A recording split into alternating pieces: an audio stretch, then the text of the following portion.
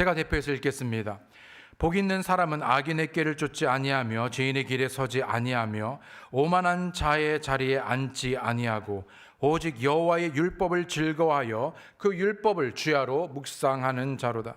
저는 시냇가에 심은 나무가 시절을 쫓아 과실을 맺으며 그 잎사귀가 마르지 아니함 같으니 그 행사가 다 형통하리로다. 아멘. 하나님 아버지 감사합니다. 이 시간에 저희들 참 귀한 하나님의 살아 역사하는 그 말씀 앞에 우리 자신을 겸손히 내어드리고 오늘 진리의 영 되신 성령께서 우리 가운데 역사하시며 또 인도하시며 또 말씀하시는 그 말씀에 저희들 믿음으로 화답하며 오늘 그 말씀에 참 저희들 우리 자신을 내어드리고 또 결단하며 헌신하며 하나님께서 원하시는 그런 행복한 사람, 행복의 형통함을 누리는 귀한 복된 성도 한 분 한 분 되게 도와주시옵소서. 감사드리고 예수님의 이름으로 기도드렸습니다. 아멘. 착석해 주시기 바랍니다. 이미 누차 그리고 여러 번에 걸쳐서 말씀드린 대로 아마 전 세계적으로, 물론 모든 사람이 그렇지만 전 세계적으로, 그리고 전 세계 중에서도 우리나라 사람만큼 이 복을 좋아하는 사람은 없는 것 같습니다. 복을 좋아하는 사람, 생선 중에서도 복을 좋아하고요. 잠을 잘 때도 복 이불을 덮고 복 베개를 베며 숟가락에도 은수저에다 복을 새기고 새해를 맞이하면서도 새해 복 많이 받으세요.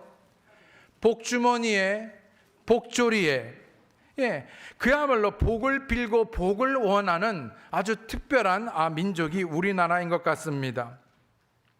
심지어 믿는 우리 역시 기복적인 신앙에 종종 치우쳐서 매달리는 경우도 많지요. 물론 복은 나쁘지 않습니다. 축복을 빌고 축복을 바라며 축복을 누리기 원합니다. 또 하나님께서 우리를 축복하시기 원하십니다. 또 뿐만 아니라 우리가 축복을 받는 사람뿐만 아니라 우리가 축복의 통로가 되기 원합니다. 그러나 성경에서 말하는 진정한 복이 무엇인지, 더불어 진정한 행복이 무엇인지, 과연 누가 행복한 사람인지를, 과연 행복을 누리게 되는지를 오늘 성경 본문을 통해 살펴보고자 합니다. 먼저 행복한 사람의 정의가 무엇인가? 지난번에 저희들 행복의 정의가 무엇인가를 살펴보았지만 오늘은 행복한 사람의 정의가 무엇인지 보기 원합니다. 첫 번째로 복 있는 사람은 이라고 시작되어 있는데, 이 복 있는 사람이라는 말은 문자적으로 행복하도다 하는 사람은입니다. 다시 말해서 복 있는 사람은 하나님께서 인정하시는 사람이요 행복한 사람이죠. 그리고 그 행복은 기복의 신앙을 통해 나타나는 것이 아니라 하나님의 말씀에 대해 믿음으로 반응하여 순종하는 사람이 행복한 사람인 것입니다. 아멘. 복이 있나니 라는 이 히브리 원어 에쉐르라는 이 단어는 곧다, 똑바로 가다 라는 의미를 가지고 1차원적인 그런 1차적인 의미에서 그런 의미를 가지고 있습니다. 곧다, 똑바르다, 똑바로 가다. 그런데 이것을 파생적인 의미까지 보게 되면 번영하다, 성공하다 라는 의미까지 내포하고 있습니다. 즉 복이 있나니 라는 뜻은 하나님께서 제시하시는 삶의 길을 똑바로 걸어가는 것 자체가 복이며, 또한 이런 삶으로 인해 하나님께서 주시는 번영과 성공이 곧 복임을, 행복임을 나타내고 있습니다. 그렇다면 성도 여러분, 우리가 하나님의 말씀을 쫓아 하나님께서 뭐라고 말씀하시든지 간에 그럼에도 불구하고 순종하며 하나님께서 제시하시는 그 길로 갈 때, 때론 그 길이 사망의 음침한 골짜기라 할지라도, 때론 그 길이 불편하고 협착한 좁은 길이라 할지라도 하나님께서 제시하시는 그 생명 진리의 길로 갈 때 하나님께서는 그 사람이 복된 사람, 행복한 사람이다라고 말씀하고 계시는 것입니다. 아멘. 결코 우리는 하나님께서 제시하시는 길 외에서, 다른 길에서 우리는 행복할 수 없습니다. 여러분 행복하기 원하십니까? 행복한 가정을 원하시는지요? 하나님의 길을 따라갈 때 우리는 비로소 행복한 삶, 행복한 사람, 행복한 가정, 행복한 교회를 이루게 될 것입니다. 여러분, 자녀들이 행복한 삶을 살기 원하시죠?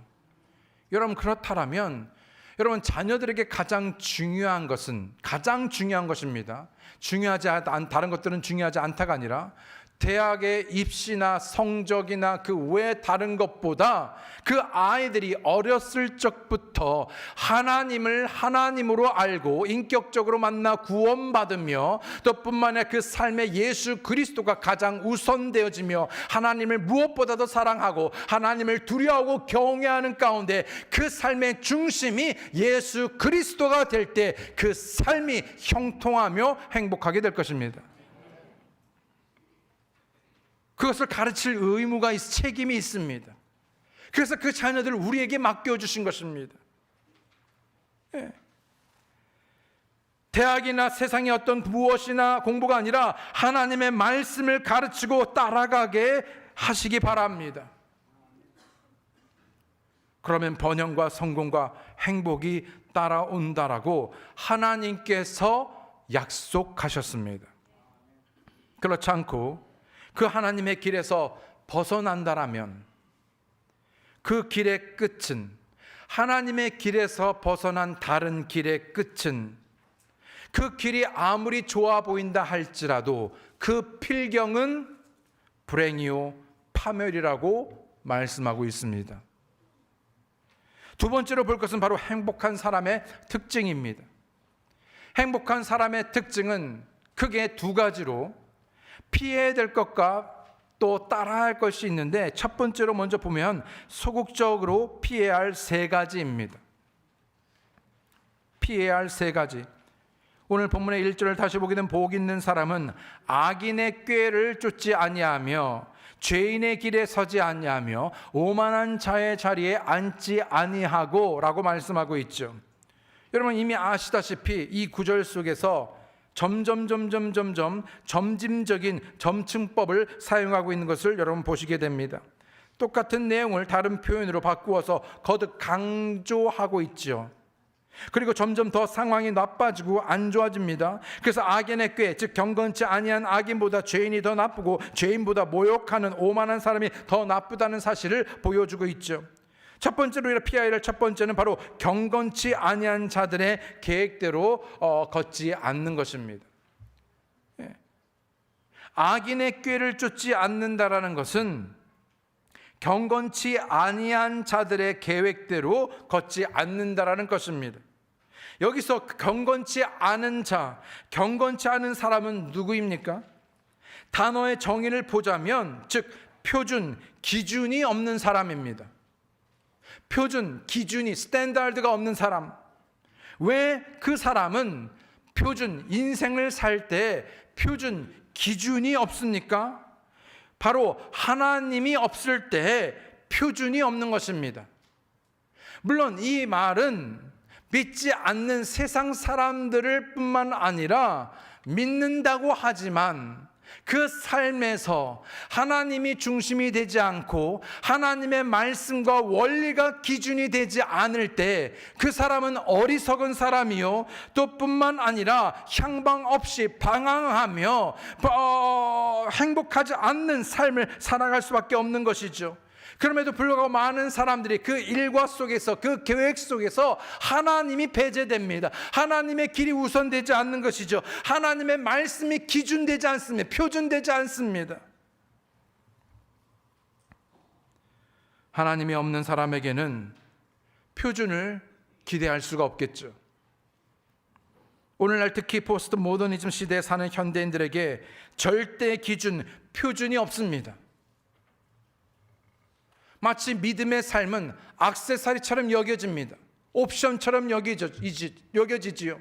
그저 삶을 살아가는데 그저 다른 사람이 하는 것처럼 세상의 방법대로 살아가면서 있으면 좋고 없으면 말고, 그렇게 가장 우선될 만큼 삶의 괴리가 있고 갭이 있고 차이가 있고 갈등이 있습니다. 우왕좌왕하는 것이죠. 표준이 없습니다. 기준이 없습니다. 그러다 보니까 모두 각자 자신이 기준입니다. 모든 사람을 불러놔도 다 자기가 맞습니다. 다 잘났습니다. 똑똑합니다. 자신의 생각, 자신의 방법이 기준입니다. 자기가 옳으면 옳은 것입니다. 또 믿음의 삶에서도 자기 나름대로 믿습니다. 자기 소견에 옳은 대로 살아갑니다. 자기 나름대로 분별력을 가지고 있다라고 말하지만 기준이 없는데 어떻게 분별력을 가질 수 있습니까, 여러분? 여러분, 세상에 여러분 금을 분별할 때도, 가짜와 진짜를 구별할 때에도 여러분 그것을 진짜를 가릴 수 있는 표준 기준이 있어야 합니다. 그런데 우리의 인생에서 다른 무엇이 아니라 여러분 가장 우리의 인생에서 분별할 수 있는 그 기준이 있어야 되는데, 그 기준이 소홀히 여겨지거나 그 기준이 무시되어지거나 그 기준이 배제되어지는데, 하나님의 원리의 말씀, 하나님께서 배제된 그 인생길에서 우리가 결코 행복할 수 있을까? 분별할 수 있을까?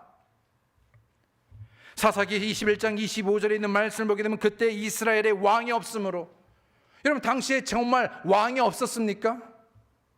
아니요, 있었죠. 만왕의 왕 대신 우리를 통치하시는, 그야말로 정말 거룩하신 하나님이 다스렸죠. 하나님의 말씀으로 통치하셨죠. 하나님의 절대 원리로 가르쳐줬는데 사람들은 그 왕이 필요 없습니다. 그 왕 말고 다른 왕, 세상의 왕, 강력한 군대를 가지고 있는 그런 왕, 그래서 우리를 다스릴 수 있는 우리가 원하는 왕, 우리가 원하지 않는 왕 말고요. 그러니까 그때 이스라엘 사람들에게, 하나님의 자녀들에게 그 마음속에 하나님이 없습니다. 기준이 없습니다. 왕이 없으므로 사람이 각각 그 소견에 옳은 대로 행하였더라. 이런 비단 이것은 사사시대 이야기뿐만 아니라 오늘날 우리 시대를 반영하고 있지는 않은지요. 모든 사람의 왕이 없습니다. 하나님이 없습니다. 내가 왕입니다. 내가 삶의 주인입니다. 내 관점에서, 내 시각에서, 내 중심적으로 모든 사람들이 자기 소견에 옳은 대로 믿음 생을 하다 보니 분별한다고 하지만 분별을 하지 못합니다. 그러니까 자꾸만 헛발질을 합니다. 향방이 없습니다. 그러니 불행을 자초하는 것이지요.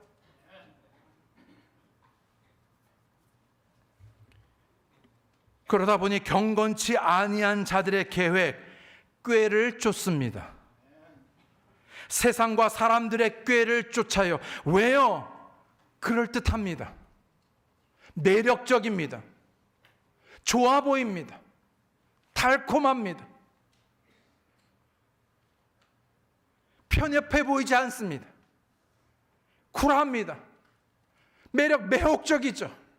그러니까는요, 많은 그리스도인들이, 심지어 젊은 청년 청소년들이 거기에 휩쓸리는 거예요. 왜요? 좋으니까, 매력적이니까, 달콤하니까. 그러나 그 끝은 사망인 것입니다.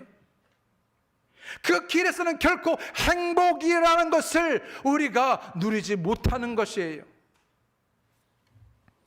그들 경건치 않은 자들의 계획, 꾀란 무엇입니까? 여기서 말하는 계획, 꾀에 해당되는 히브리 원어 애차라는 단어를 씁니다. 이 애차라는 단어는 본래 충고하다라는 야츠에서 유래한 명사로서 충고, 모략, 방책, 계교, 경고 등의 뜻을 가지고 있습니다. 즉 다시 말해서 경건치 않은 자들, 악인들이 세우는 모략은, 충고는, 조언은, 계략은 하나님을 대적하고 부정한 방법으로 형통하고자 하는 것입니다. 하나님을 배제한 다른 것으로 형통하고자 하는데 이게 모순이죠. 하나님이 배제하고 나서 어떻게 형통할 수가 있습니까?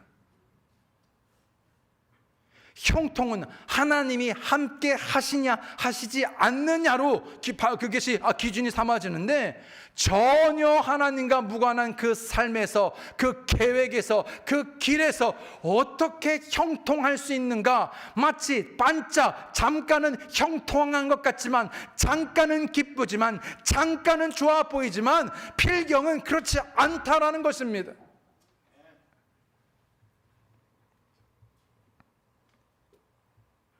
하나님을 대적하고 하나님을 배제하고 그 어떤 방법으로도, 부정한 방법으로도 형통하자는 것, 보다 빠른 성공을 위해 옳은 길을 포기하고 죄악의 길로 치우치는 것. 그래서 복 있는 사람은 먼저 속옷적인 면에서 악인의 꾀를 쫓아 살지 말라고, 경건한 사람은 악인의 꾀를 따르지 않는다라고 말하고 있습니다. 여러분, 진짜 경건이라는 것이 무엇입니까? 하나님을 닮은 것이잖아요. 하나님을 닮기 위해서는요, 하나님의 그 말씀으로 따라 삶으로, 그 말씀으로 빚어짐으로, 그 말씀을 통해서 하나님의 사람으로 철저히 갖춰져서 우리가 성장해야 되는데 그것이 없는 것이죠.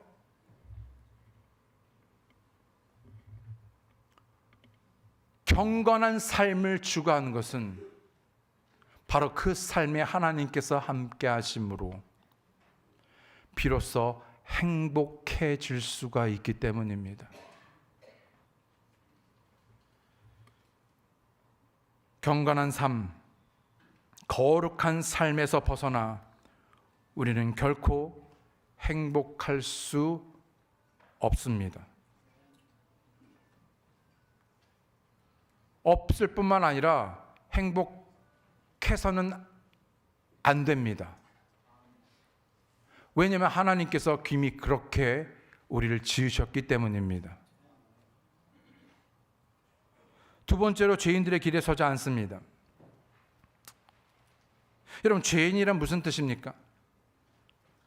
살인하고 간음한 사람입니까? 아니면 부도덕하고 술과 마약하는 사람입니까? 물론 그럴 수 있겠죠. 그러나 성경은 확대적으로 목표가 없는 사람, 목표에서 벗어난 사람이라고 말하고 있습니다. 그러면 여기서 두 번째 질문입니다. 아니, 목사님, 저는 목표가 있습니다. 그 목표가 아닙니다. 목표가 없는, 목표에서 벗어난, 즉 다시 말하면 하나님이 목표가 아닌, 하나님께서 제시하는 길이 목적이 아닌, 그 영원한 것이 목적이 아닌, 그래서 그 길에서 벗어난 그 모든 것이 바로 죄다라고 말하는 것이죠.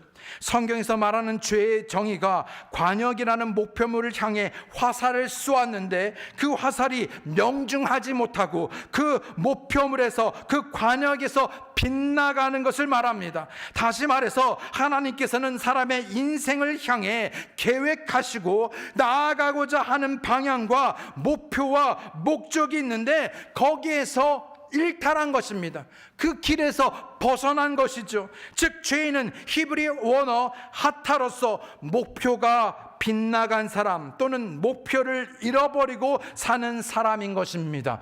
그렇다면 목표를 잃어버리고 목표에서 벗어난 일탈한 사람, 즉 향방이 없는 사람이 여러분 어떻게 행복할 수 있겠습니까?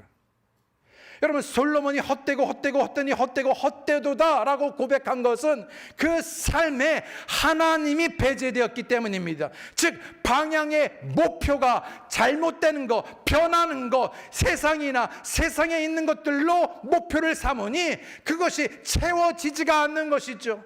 공허한 것입니다. 행복하지 않은 것이죠. 행복하지 않습니다. 솔로몬은 행복하지 않았습니다. 그 삶의 끝은 비극이었습니다. 세 번째로, 오만한 자들의 자리에 앉지 않습니다. 오만한 자들의 자리에 앉지 않습니다. 오만한 자라는 것은 조롱하는 자, 이들은 하나님의 뜻에 순종하여 사는 사람들을 비웃고 비아냥거리며 입을 삐죽거리는 사람들이죠. 그들의 생각은 부정적입니다. 그들의 입 밖에서 나오는 소리를 들으면 알 수 있죠. 그들의 말을 들어보면 자신은 잘났고 다른 사람은 못났습니다. 자신은 그렇게 잘못하지 않았고 다른 사람은 죽을 죄를 지었습니다. 이런 사람들의 특징을 보면 이들은 못난 자신이 다른 사람보다 우월하기 위해 상대방을 어떻게 됩니까? 깎아 내려야 합니다. 다른 사람에 대해 고개를 절레절레 흔듭니다. 눈동자를 돌려댑니다. 그리고 자신에 대해서는 조금이라도 틀렸다고 하는 소리를 참지 못하죠. 하나님께서 허락하신 권위인, 즉 나라에 대해, 교회에 대해, 목사에 대해, 부모에 대해, 선생님에 대한 권위를 우습게 여기고 험담합니다. 이런 사람들은 하나님을 거스르는 사람들이죠. 즉 하나님께 반역하는 사람들입니다. 악인의 삶은 악한 생각으로부터 시작되죠. 그리고 하나님의 길과 목표에서 벗어나 죄인의 길에 섭니다. 그리고 그러면서도 자신이 옳다라고 여기는 것이죠. 자신이 맞다라고 여기는 것입니다.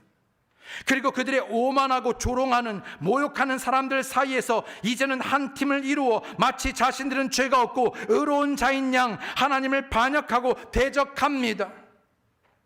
여기 이 앉는다라는 이 히브리 원어 야샤브라는 단어 뜻은 한 장소에 아주 오랫동안 거주하는 것을 의미하는 동사이죠. 어쩌다가 우연히 한 번이 아니라 이미 오래전부터 그 자리에 머물러 앉아 있었습니다. 그리고 다른 사람들을 초대하는 것이죠. 그러면 그 자리에서, 오만한 자리에서 하나님을 대적하고 있음에도 불구하고, 교만함에도 불구하고 마치 자신은 더 높아지며 옳다라고 여겨지는 이런 삶을 살 때 여러분 어떻게 행복할 수 있겠습니까? 소극적인 의미에서 복 있는 행복한 사람은 바로 경건치 아니한 사람들의 모략과 계략과 충고와 조언과 계획, 그 꾀를 쫓지 아니하고 죄인들의 길에 서지 아니하며 모욕하는, 조롱하는 오만한 자들 가운데 머물러 앉아 있지 않는 사람입니다. 잠언 3장 34절에 진실로 그는 거만한 자를 비웃으시며, 이 거만한 자, 이게 영어를 보게 되면요, scorner라고 되어 있습니다. scorner. 다시 말하면요, 삐죽삐죽거리며 비웃는 사람들. You're right. 근데 뭐라고 합니까? 거만한 자, 비웃는 자를 하나님께서 비웃으시며 오히려 겸손한 자에게 하나님께서 은혜를 베푸신답니다. 여러분, 하나님의 은혜를 구하십니까? 진정 우리가 하나님의 은혜를 말하고 하나님의 은혜를 구하며 하나님의 은혜 충만, 예수 충만, 믿음 충만, 말씀 충만, 성령 충만함으로 행복한 능력 있는 삶을 살기 원한다면 그 교만을 버리고, 그 거만함을 버리고, 그 오만함을 버리고 우리는 오히려 겸손하게 깨어지고 낮춰지어 하나님을 회개하며 하나님의 얼굴을 구할 때 하나님께서 그 땅을, 그 백성을 고치실 것입니다. 아멘. 그렇다면 적극적으로 따라야 할 두 가지가 무엇인가? 소극적으로 우리는 경건치 않은 자들의 그런 꾀를, 그런 계획을 걷지 않고, 또 뿐만 아니라 죄인의 길에 서지 않고, 그리고 오만한 자리에 앉지 않은 것뿐만 아니라 안 하는 것도 중요하지만 사실 더 중요한 것이 무엇이냐면, 본문의 2절을 보게 되면 오직 여호와의 율법을 즐거워하여 그 율법을 주야로 묵상하는 자로다. 1절에서 뿐만 아니라 2절에서 뭘 말하고 있냐면요, 첫 번째로 주의 율법을 기뻐한다라고 말하고 있습니다. 이 2절 서두에 보면은 but이라고 시작하고 있는데요, 이것은 히브리 원어 킴이란 말로 참으로, 진실로, 그러나 오히려라는 뜻으로 강조하고 있습니다. 1절에서의 소극적으로 피해야 할 세 가지도 중요하지만 2절에서 적극적으로 따라야 할 두 가지를 더 중요하다라고 말하며, 이런 적극적인 자세를 가질 때 참으로 복된 삶, 행복한 삶을 살 수 있다라고 강조하는 것이죠. 그래서 첫 번째로 주의 율법을, 하나님의 말씀을, 진리의 말씀을 기뻐해야 한다고 말하고 있습니다. 무엇이 여러분 나를 기쁘게 하는가?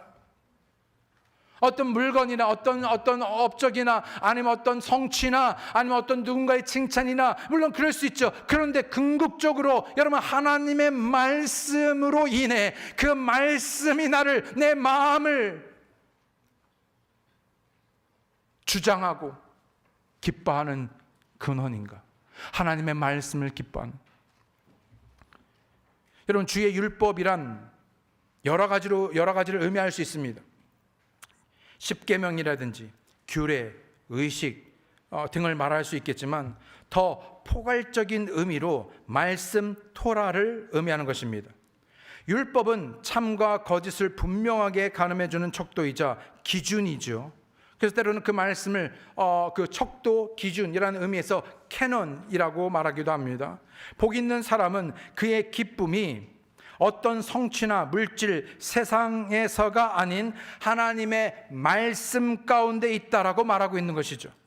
다시 말해서 복 있는 사람은, 행복한 사람은 기쁨이 넘치는 사람인데 그 행복과 그 기쁨의 근원이 다른 무엇이 아닌 바로 주의 말씀이다 라고 말하는 것입니다. 여러분 한번 생각해 보시기 바랍니다. 이때 다윗이 이 시편을 쓸 때 이 다윗 때 이 시편을 썼을 때요, 그때 성경이 여러분 여호수아도 있었을 것이고 사사기도 있었을 것이고 뭐 사무엘 상하도 있었을 것이고 그렇죠. 그다음에 모세 오경도 있었을 것입니다. 그런데 그에게 주어진 하나님의 율법 토라는 무엇이었냐면 모세 오경입니다. 모세 오경. 여러분들 잘 아시다시피 여러분 매해 여러분 성경 일독하기 작정하시는데 어디서 걸리세요? 신명기까지 잘 가시네. 그럼 실력이 있네. 저는 어디서부터 걸리냐면요, 두 번째 북부터 챙겨요. 출애굽기. 왜 거기서부터요? 누가 누구를 낳고부터 시작해가지고 치수 몇 치수 뭐가 자꾸 복잡하고요. 그래서 이제 간신히 넘어갔는데 또 레위기에서 또 한참 얘기하고 눈 감고 깍 감고 또 갔는데 또 민수기에서 또 누가 또 하고 그렇게 됩니다. 혹시 여러분 가운데에서 모세 오경을 읽으면서 레위기를 읽으면서 출애굽기 읽으면서 은혜 받았다고 하신 분들 있으십니까? 이 말씀이 너무나 달고 너무 기쁘고 너무 감동이 되고 너무 축복이 되고 그러신 분 손 들어 보십시오. 그러세요? 몇 규비 두 분. 역시 저는 아직 그 정도 수준이 안 돼서 저는 참 그때마다 참 고비거든요. 아직 거기에 은혜를 못 받아요.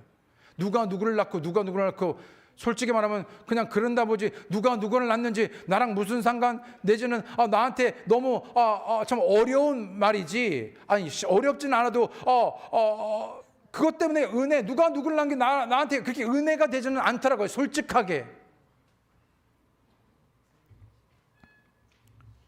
그 말씀 때문에 몇 규빗 그 치수 때문에 기뻐하기란 참 어렵습니다. 끊임없이 나오는 사람들의 이름 몇 규빗이 어떻게 하는 것은 우리를 졸게 만들거나 하나님의 말씀을 덮어버리게 하고 또는 쉽게 포기하게 만드는 부분들이죠. 그런데 다윗은 그 말씀을 가지고 그 말씀을 기뻐한다라고 말합니다. 그런데 오늘날 우리는 모세 오경뿐만 아니라 신구약 전체 66권을 가지고도 그 안에서 즐거워하고 기뻐하며 말씀을 소중히 여기며 마치 베레아 사람들처럼 그 말씀을 날마다 상고하고 연구하고 탐구하며 배우기는커녕 그저 그렇게 하기는커녕, 그래서 그 말씀이 나에게 어쩔 때는 꿀보다도 더 달게 그 말씀이 어느 때보다도 내 마음을 위로하고 또 어떨 때는 내가 의지할 만한 힘이 되는 정말 그런 말씀이 되기는커녕 혹 교회 갈 때 들고 다니는 액세서리처럼 여기지는 않는지, 더군다나 요새는 성경도 들고 다니는 것이 무겁고 귀찮아 고이 집에 모셔두고 다니고 있지는 않는지,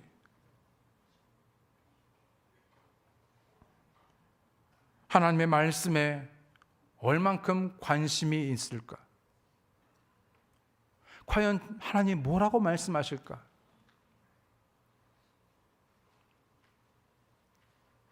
그러나 복 있는 사람은, 행복한 사람은 주의 말씀을 기뻐합니다. 관심이 있습니다. 듣기 원합니다. 알기 원합니다. 사모합니다. 행복한 사람은 주의 율법을 기뻐하는 것뿐만 아니라 주의 율법을 밤낮으로 묵상합니다. 복 있는 사람은, 행복이 임하는 사람은 단순히 말씀을 기뻐하고 끝나는 것이 아니라 그 말씀을 밤낮으로 묵상하는 사람이죠. 여기서 이 묵상이라는 단어는 가만히 앉아서 조용히 있는다라는 뜻이 아닙니다. 오히려 사실은 정반대이죠. 동양적인 참선의 묵상이 아닙니다. 본래 히브리어에서 이 묵상이란 단어는 마구 소리를 지른다라는 뜻입니다. 즉 다시 말하면 마치 새가 지저귀듯 제잘 짹짹짹짹 하는 것처럼, 끊임없이. 때문에 유대인들은 하나님의 말씀을 묵상할 때, 이런 이제 성지순례나 가신 분들 또는 그 유대인들을 보셔서 성경을 읽을 때 보면요, 그분들이 이 성경 말씀을 보면서 어떻게 하냐면요, 몸을 이렇게 앞뒤로 이렇게 흔듭니다. 그리고 계속해서 중얼중얼 합니다. 뭐라고 중얼중얼 합니다. 뭐냐면 계속해서 하나님 말씀을 묵상하면서 되뇌이면서 곱씹으면서 계속해서 그 말씀을 또 씹고 되뇌이면서 계속해서 그 말씀을 묵상하는 거죠. 진짜 그렇게 하시더라고요. 계속해서 말씀을 곱씹어 그 몸으로 흡수하는 것입니다. 그 마음에 하나님의 말씀으로 가득 채우는 것이죠. 그 말씀으로 생각을 새롭게 하는 것입니다. 그리고 그 말씀으로 삶을 살아내려고 하는 것이죠. 영어 메디슨이라는 이 약이라는 메디슨의 어원이 meditate라는 단어에서 유래했다고 합니다.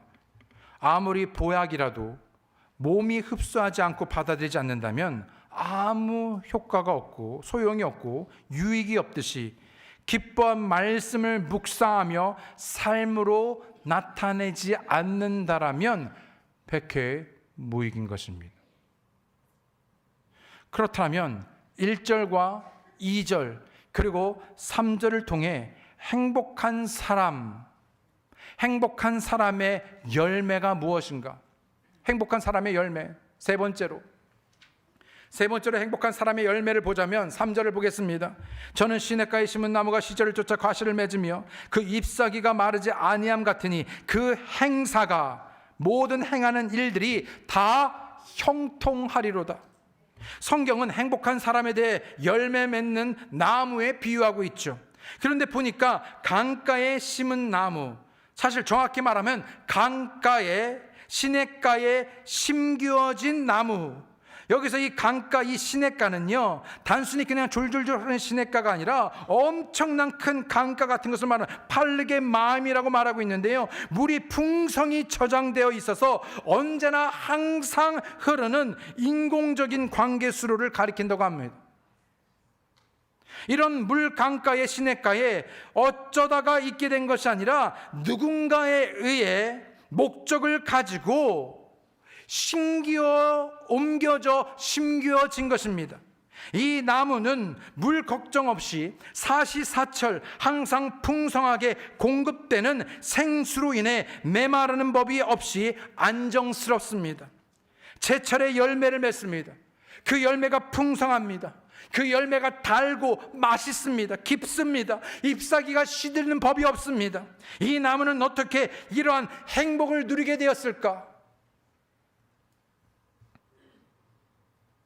나무는 결코 스스로 심지를 못합니다. 자기를 심지 못합니다. 모든 나무는 누군가에 의해서 심겨집니다. 그런데 과실수인 우리가 우리 스스로 심는 것이 아니라 우리의 주 되신 하나님께서 우리를 생명가, 물가, 그 생명의 근원 되신, 물의 근원, 생명수의 근원 되신 그 예수 그리스도께로 옮겨 심은 것입니다. 여러분, 이 가운데서 여러분 풍파가 없겠습니까? 고난이 없겠습니까? 여러분 비바람이 없겠습니까? 태풍이 없겠습니까? 그 가운데에서도 정말 사시사철 눈보라가 친다 할지라도 하나님께서 보호하시고 하나님께서 지켜주시며 그 생명수로 우리를 먹이시고 입히시고 자라게 하시며 열매를 풍성하게 하시는 분 하나님이신 것입니다. 아멘. 바로 하나님께서 목적을 가지고 마르지 않는 강가로 옮겨 심으신 것입니다.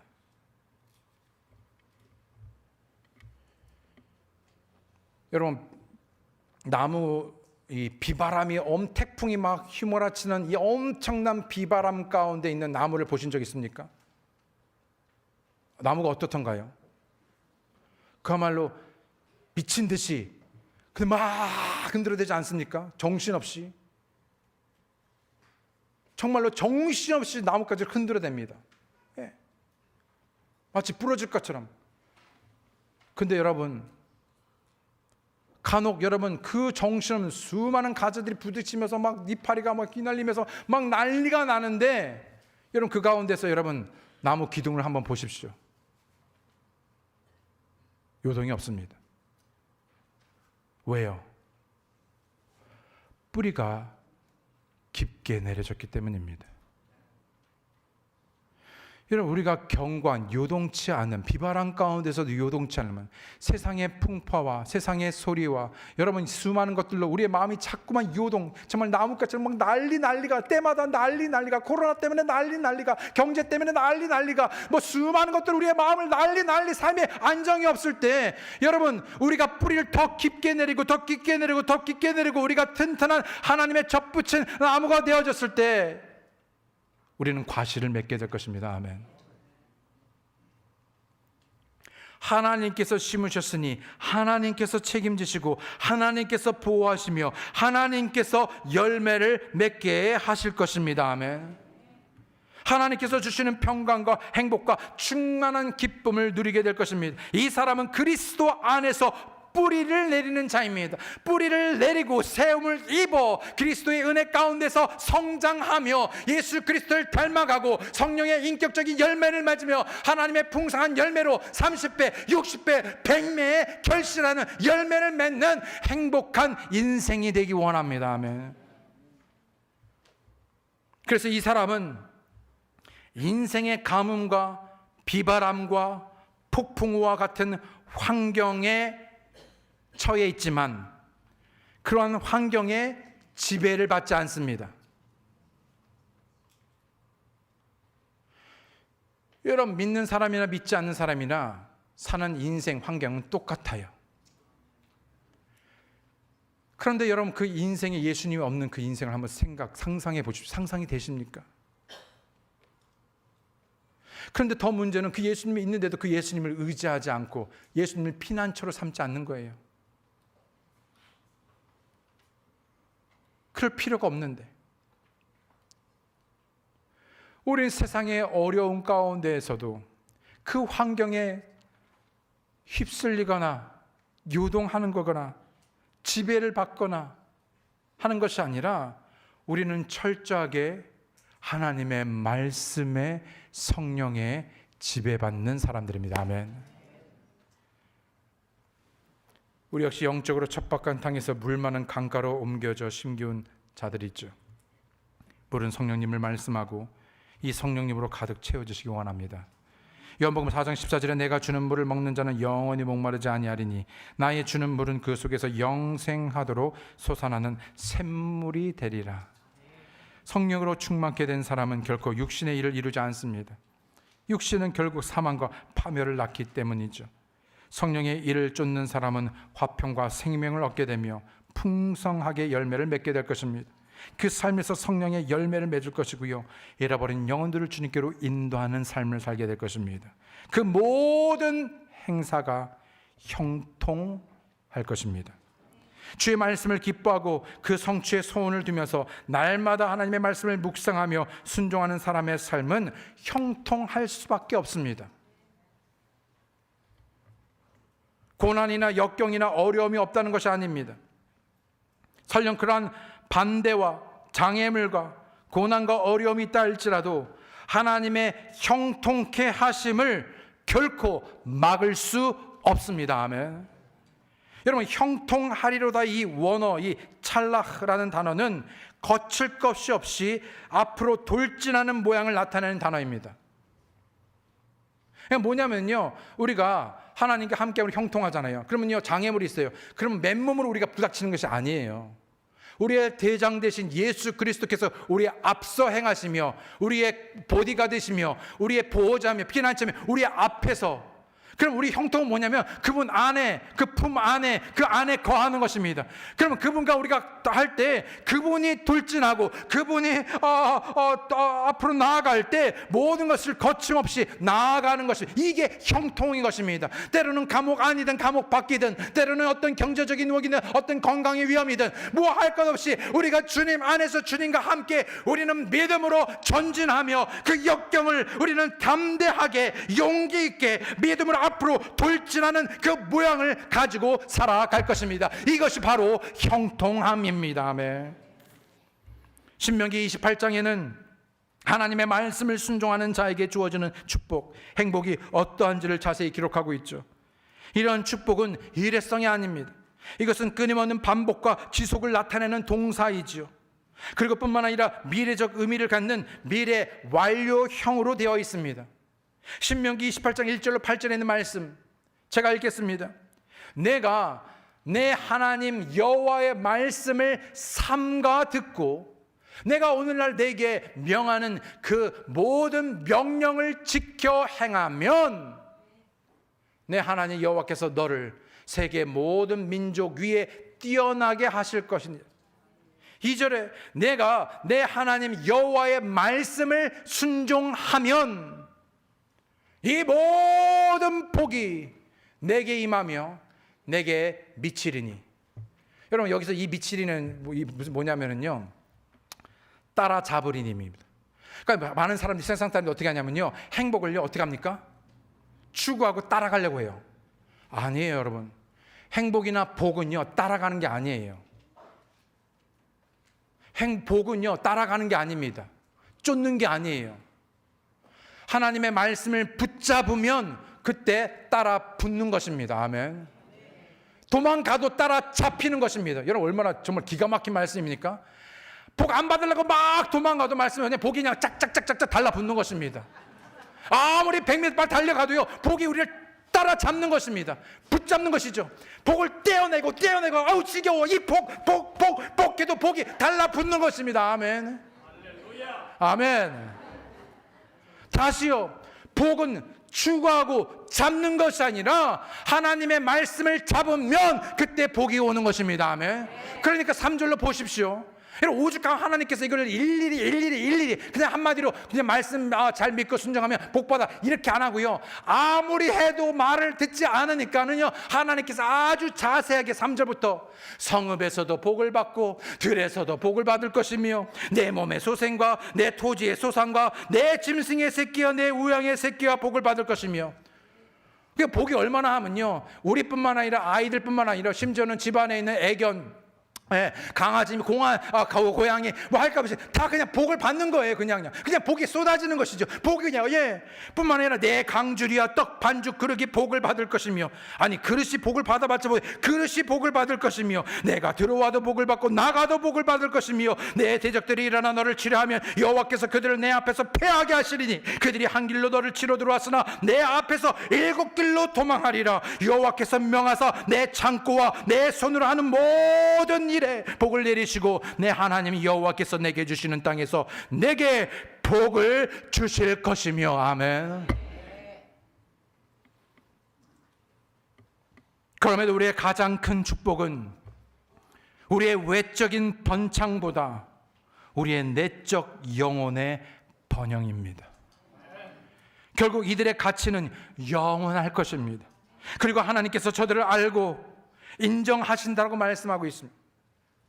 그러나 하나님의 말씀을 듣지 않고 경건치 아니한 자들의 계획과 꾀를 따르며 죄인들의 길에 서고 조롱과 모욕하는 자리에 앉는 모든 자들은 무엇을 하든지 형통치 않을 것이고 필경 그 길의 끝은 파멸과 망하는 것입니다. 사랑하는 성도 여러분, 어느 누구도 하나님의 저주를 바라지도 원하지도 않습니다. 저를 비롯하여 모든 사람이 하나님의 축복을 바라고 원합니다. 행복한 삶을 누리고 우리의 자녀들이 행복해지기를 원합니다. 악의 모양은 어떤 것도 가감히 버리십시오. 쫓지 마십시오. 함께 하지 마십시오. 동조하지 마십시오. 자신의 말과 행동이 과연 그리스도인다운 하나님의 은혜를 경험한 사람인지를, 용서를 받은 사람인지를, 긍휼을 받은 사람인지를 기억하십시오. 오히려 하나님의 말씀을 묵상하고 기뻐하십시오. 하나님의 축복의 길에서 좌로나 우로나 치우치지 마시고 오직 그 가운데 기록된 모든 말씀을 다 주야로 묵상하고 지켜 순종하시기 바랍니다. 주 안에서 복 있는 사람, 행복한 사람, 그 놀라운 축복이 오늘 우리의 모든 삶과 가정과 교회에 따라 잡히고 넘쳐나길 원합니다. 다 함께 일어나셔서 기도하시겠습니다. 이 시간 저도 함께 일어나셔서 머리 숙여 기도하실 때, 혹시 여러분 가운데 오늘 예배는 오셨지만 아직 예수 그리스도를 마음의 구주로 믿고 구원받지 않은 분이 계십니까? 교회는 다녔지만, 이야기는 들었지만 그냥 지식적으로 알 뿐, 인격적으로 예수 그리스도를 나의 구주로 믿고 구원받은 적이 없습니다. 내가 오늘 죽으면 천국 갈 확신이 없습니다. 그냥 천국 가기를 바라지만 오늘 죽으면 100% 천국 갈 확신이 없습니다. 한때 예수님께서 내 죄를 위하여 십자가에 달려 죽으시고 장사 지낸 바 되었다가 3일 만에 다시 살아나심으로 누구든지 자신의 죄를 위하여 죽으시고 다시 사신 그 예수님을 믿으면, 받아들이면, 고백하면 구원해 주신다는 그 약속의 말씀대로 제가 믿고 받아들이고 구원받은 적이 없습니다. 잘 모르겠습니다. 생각이 안 납니다. 그러나 제가 알기 원합니다. 구원받기 원합니다. 그럼 계시다면 잠깐 손을 올다 내려주시면 위에서 기도하고 도와드리기 원합니다. 그럼 계십니까? 목사님, 저희 구원을 위해서 기도해 주십시오. 제가 알기 원합니다. 그럼 계십니까? 이미 구원받은 우리 모두는 행복하길 원합니다. 그리고 우리 모든 하나님의 자녀된 우리에게 하나님께서는 복에 복을 더하여 주시기를 원합니다. 그러나 하나님께서는 이미 복받는 그 길로 우리에게 말씀으로 이미 약속하셨습니다. 하나님께서 함께 하시는, 그래서 경건치 않은 자들의 계획을 쫓지 않고 죄인의 길에 서지 않으며 오만한 자리에 앉지 않는 뿐만 아니라 매일매일의 삶에서 하나님의 말씀을 기뻐하고 묵상하며 그 말씀 한 대로 우리가 믿음으로 순종할 때 하나님께서 함께 하심으로 형통케 되리라. 그 복으로 우리뿐만 아니라 그 복의 통로로 예수 그리스도 안에, 그리고 예수 그리스도를 나누는 그런 삶을 살기로 헌신하고 드리기 원하시면 잠깐 손을 떠내주시기 바랍니다. 아멘. 아멘. 하나님 아버지 감사합니다. 이렇게 복된 말씀을 통해서 다시 한번 만복의 근원이신 우리 선하신 아버지 하나님을 바라보며 우리 자신을 겸손히 내어드리기 원합니다.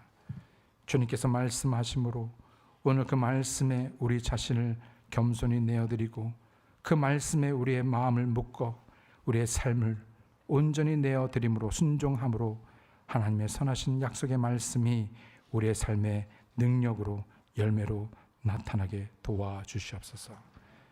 하나님과 함께함으로 형통한 삶, 열매 맺는 삶, 풍성하고 행복한 삶을 사는 우리 모두가 되게 도와주시옵소서. 감사드리고 예수님의 이름으로 기도드렸습니다.